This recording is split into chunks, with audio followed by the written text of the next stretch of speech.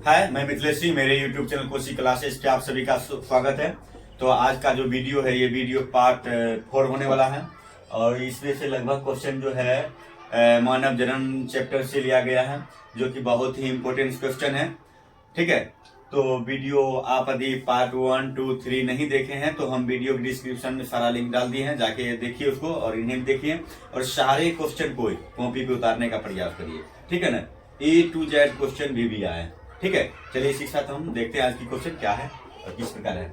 देखिए, पहला क्वेश्चन जो है, मनुष्य एक लिंगी या डायोसिस प्राणी होते हैं, है ना। तो हम मानव क्या है, एक लिंगी प्राणी। एक लिंगी प्राणी कौन होता है? वह जिनमें केवल एक ही लिंग उपस्थित होता है, उन्हें हम एक लिंगी कहते हैं। ठीक है ना, जैसे हम मानव नर है, केवल इनमें एक ही लिंग उपस्थित है। फिर मानव मादा है, उनमें एक लिंग ही उपस्थित है। इस तरह से बहुत सारे जो भी पशु पक्षी हैं जो हमारे आसपास रहते हैं, वो सभी एक लिंगी है ना।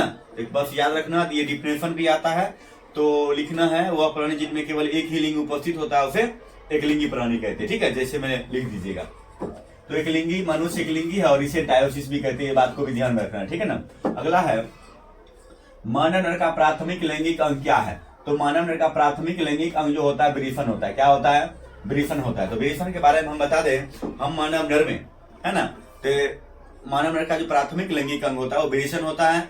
वृषण 2 होते हैं, है ना। एक जोड़ा वृषण होता है और वृषण जो होता है वृषण कोश में स्थित रहता है और ये शरीर से बाहर स्थित रहता है ना, उदर गुहा से बाहर स्थित रहता है। और उसके बाद सारा क्वेश्चन हमने इसमें लिखा है, हम बोल भी दे रहे हैं। ठीक है ना। तो इसका जो टेम्परेचर होता है, जैसे हम मानव शरीर का जो है सामान्य टेम्परेचर 37 डिग्री सेल्सियस होता है, तो वही वृषण का टेम्परेचर जो होता है 2 से 3 डिग्री सेल्सियस कम रहता है। क्यों कम रहता है? इसलिए ताकि उसमें शुक्राणु डेवलप हो सके अच्छे तरीके से, है ना। इसलिए हमारे शरीर के सामान्य टेम्परेचर से 2 से 3 डिग्री टेम्परेचर क्या होता है? कम होता है। किसका? वृषण का। चलिए देखते हैं अगला क्वेश्चन। कहता मानव मादा की प्राथमिक लैंगिक अंग क्या है? अंडाशय। देखिए, मानव नर का प्राथमिक लैंगिक अंग वृषण है और मानव मादा का लैंगिक अंग क्या है? अंडाशय है। तो मानव मादा में भी अंडाशय कितने होते हैं? 2 होते हैं। लेकिन मानव मादा में जो अंडाशय होते हैं उदर गुहा से बाहर नहीं होता, उदर गुहा से अंदर होता है। ये चीज को भी ध्यान में रखिएगा। ठीक है ना। और देखिए, वृषण में बनता है शुक्राणु और अंडाशय में बनता है अंडाणु। ये बात को आगे, अंडाणु और वृषण में बनता है शुक्राणु। समझ गए ना। चलिए अगला देखते हैं। वृषण में नर युग्मक शुक्राणु बनता है। वृषण में क्या बनता है? नर युग्मक शुक्राणु बनता है। ठीक है। अगला है, प्रत्येक मानव नर में 2 वृषण होते हैं। कितने वृषण होते हैं? 2 वृषण, याद रखना है। वृषण कोश में स्थित रहता है। कहाँ स्थित रहता है? वृषण कोश में, मतलब झोले जैसा संरचना होता है और उसमें ये क्या रहता है? स्थित रहता है। ठीक है ना। वृषण कोश उदर गुहा के बाहर स्थित रहता है। मतलब उदर गुहा क्या होता है ये समझिए। उदर गुहा देखिए, हमारे पेट जो होता है इसी को उदर गुहा कहते हैं और इस उदर गुहा से क्या होता है? बाहर होता है ना। इसलिए क्या कहता है, इसका टेम्परेचर भी हमारे सामान्य शरीर से अलग होता है, यानी कि 2 से 3 डिग्री कम रहता है। फिर कहता है वृषण गुहा उदर गुहा से बाहर स्थित है।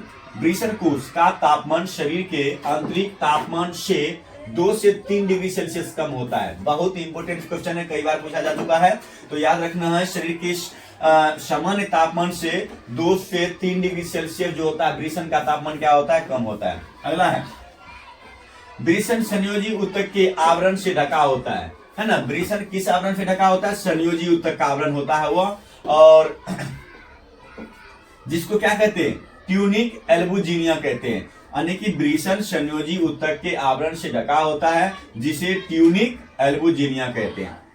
आपको क्वेश्चन में आएगा, वृषण किस प्रकार की संयोजी ऊतक से ढका होता है? तो इसका आंसर होगा ट्यूनिक एल्बुजिनिया। ठीक है ना। इस बात को आपको ध्यान में रखना है। अगला है, शर्टोली कोशिका शुक्राणु को पोषण प्रदान करता है। बहुत इंपोर्टेंट क्वेश्चन है, कई बार पूछा जा चुका है। शुक्राणु को पोषण प्रदान कौन करता है? शर्टोली कोशिका। कौन सी कोशिका? शुक्राणु को पोषण प्रदान कौन करता है? शर्टोली कोशिका। ठीक है। अगला देखते हैं, लैंगिक कोशिका जो होता है नर हार्मोन एंड्रोजन को स्रावित करता है। अब स्रावित करने का मतलब होता है निर्माण करना, संश्लेषण, बनाना, है ना। तो लैंगिक कोशिका जो होता है ना, ये एंड्रोजन नामक हार्मोन का स्राव करता है। कौन? लैंगिक कोशिकाएं नर हार्मोन एंड्रोजन का स्राव करता है। अगला है अधिवृषण नली की लंबाई लगभग 6 मीटर होती है। देखिए हमने केवल 2 ही नली की लंबाई हमने लिखा है यहाँ पे, क्या कि ये बहुत ही इंपोर्टेंस था, है ना, कई बार पूछा जा चुका है। ठीक है, तो याद रखिएगा अधिवृषण नली की लंबाई लगभग कितने मीटर होती है? 6 मीटर होती है। अधिवृषण में शुक्राणु परिपक्व होता है। फिर ये भी क्वेश्चन आता है शुक्राणु कहाँ परिपक्व होता है, किस नली में परिपक्व होता है ना। तो आपको याद रखना है जो क्या कहता है शुक्राणु जो परिपक्व होता है ये अधिवृषण में परिपक्व होता है। कहाँ परिपक्व होता है?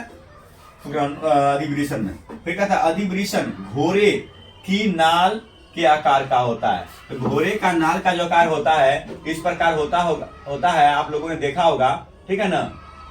तो इस आकार के क्या होते हैं? अधिवृषण होता है, ठीक है ना। ये भी चीज याद रखना है जो अधिवृषण किस आकार के होते हैं? घोड़े के नाल के आकार के होते हैं, ठीक है। अगला क्वेश्चन देखते हैं हम लोग। कहता अधिवृषण से एक नालिका निकलती है जिसे शुक्रवाहिनी या वास डिफरेंस कहते हैं। देखिए अधिवृषण से एक नालिकाएं निकलती है जिसको शुक्रवाहिनी या वास डिफरेंस कहते हैं, ठीक है ना। ये चीज को भी याद रखना है जो अधिवृषण से निकलने वाली नली का नाम क्या है, तो शुक्रवाहिनी या वास डिफरेंस, ठीक है। अगला क्वेश्चन देखेंगे। शुक्रवाहिनी की लंबाई कितने सेंटीमीटर होती है? इसका राइट आंसर होगा 25 सेंटीमीटर, ठीक है ना। याद रखिएगा। आई होप ये वीडियो आपको अच्छा लगा होगा। फिर अगला वीडियो हम कल लेके आ रहे हैं, ठीक है। ये वीडियो पार्ट 4 है। जो भी व्यक्ति अभी तक हमारे YouTube चैनल को सब्सक्राइब नहीं किए हैं सब्सक्राइब कर लीजिए और लाइक कर दीजिए, कमेंट कर दीजिए और अपने दोस्तों में शेयर कर दीजिए, ठीक है ना। जय हिंद।